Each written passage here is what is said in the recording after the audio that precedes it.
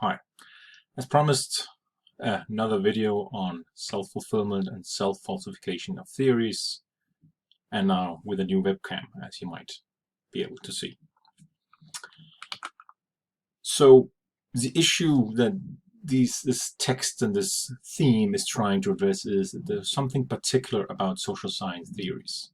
If we consider theory of gravity, for instance, it's not just universally true, but it was also true a long time ago and will continue to be so, and the fact that Newton discovered it just doesn't change that fact.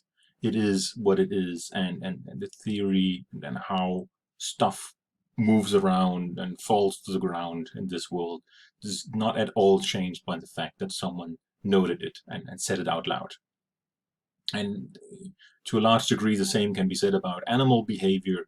They don't directly change just because we look a dog in the eye and tell it how it will behave in the future. It doesn't really react to the words as such. It might react to us as human beings, but the fact that we uncover theories about their behavior does not directly change their behavior. How about social science in general, or also business administration theories? Are they sort of eternal in a similar sense? And as Nelson also indicated in his text as a third point, the third key point that he said distinguishes our field, business economics, from some of the natural sciences, is that we as human beings can change. We can change behavior. Not only do we change in sort of random directions, we can change deliberately and reflectively on stuff we've heard. If we hear about the supply and demand setup, we can, either as individuals or as institutions and societies, we could change our behavior, we could change our systems, and in principle change how stuff works. And just as an example, how stuff then can be self-fulfilling. What does that mean? Well, it means that you say something, one can say stuff out loud, and it could principle lead to a change of behavior. And the typical example is a bank run. And I've written it here on the slide as a bank run, but it could also be supermarkets and whether we can access food. If anyone, we can have a situation where there is food enough at the supermarkets, which there are, and then someone could say, well, actually, we might not have food enough. And this time period too, this would be a wrong statement. It would not be a true statement unless everyone runs to the supermarket or to the bank and wants to buy as much food as possible, and even more food than they need. This could turn into a self-fulfilling prophecy. It could end up in a situation where there actually isn't enough food in the supermarket for a few days, or where in the bank example, if every customer runs to the bank and withdraws their money, well, the bank might become insolvent. It's not just, a bank doesn't just have all the deposits that you've put into the bank as customers. It doesn't just have it in a bank vault. It's actually investing that money. It's lending that money to someone else. So if everyone suddenly wants their money, they will be in problems. And of course, if I say something about supermarkets or banks, it wouldn't matter much. But if the Prime Minister said something like to this degree, or if Warren Buffett or similar said something, this could have an effect on human behavior. So something that was not true in the beginning could turn true by someone talking about it, saying something about it. Similar example is the Black-Scholes-Merton example that I've talked about a number of times.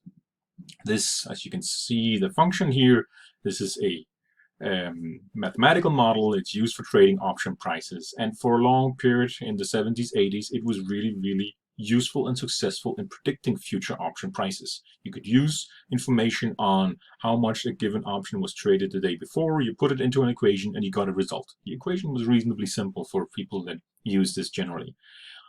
87, we had a financial crisis, and more or less, I mean, not from one day to the next, but it more or less stopped working.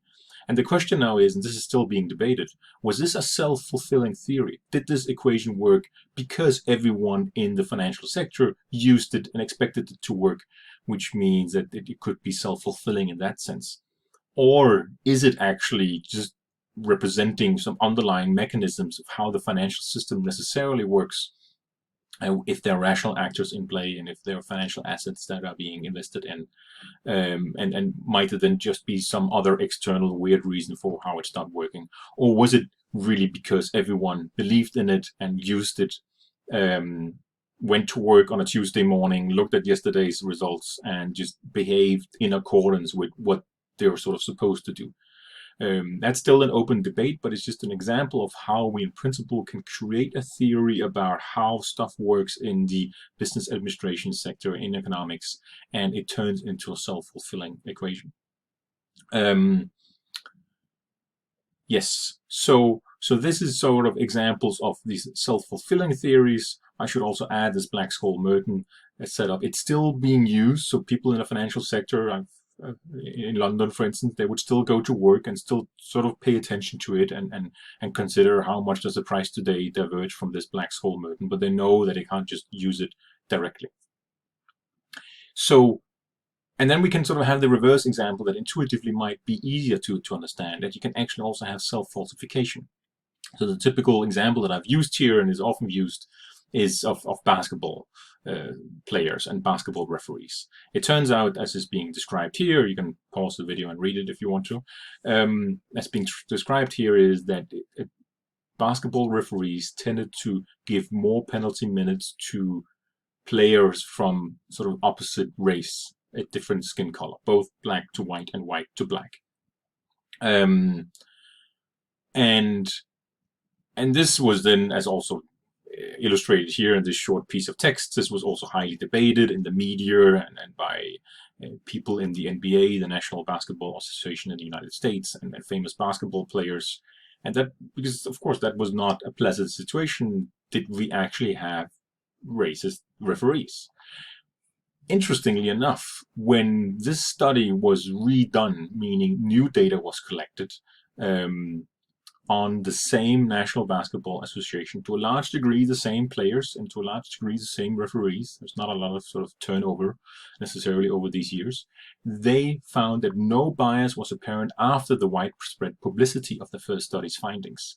The NBA claims they didn't sort of do anything in particular, but one can certainly argue that something happened here, and one could make the argument this was self-falsification the moment people realized what was going on, maybe not the moment like from one day to the next, but after a period, a change in behavior was in play. So that really goes to the essence of it. People's behavior are not just don't just change over time. They can change deliberately. They can change based on insights that you get, whether it's how you sort of generally behave in a basketball situation or how you behave in economic situations. And this is then the challenge that social science theories have. And this is sort of the first part of just understanding what self-fulfillment of a theory is. But this then leads to a larger discussion on what is actually the nature of theories.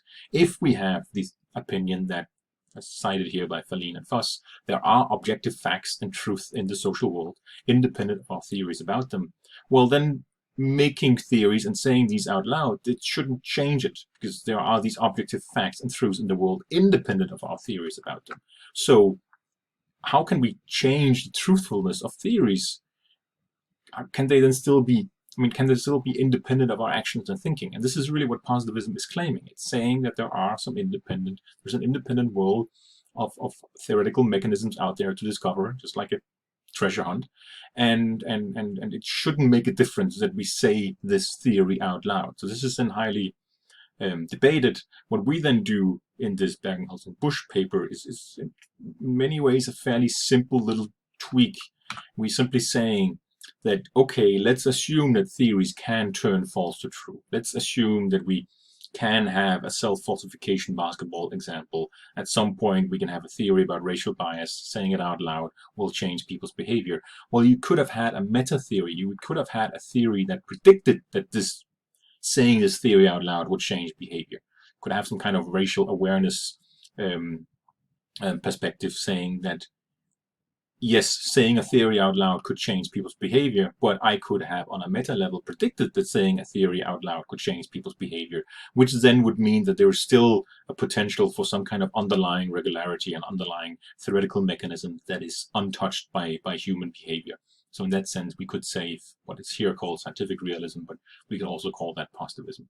So that was just very briefly what is self-fulfillment of theories and what's the solution that we then put in there, and sort of an analytical solution saying, in principle, we don't necessarily have to change our basic perspective on the world and what theories are and what theories do, even though it certainly still is a fact that human beings can change behavior based on the insights they hear about, as Nelson also talks about.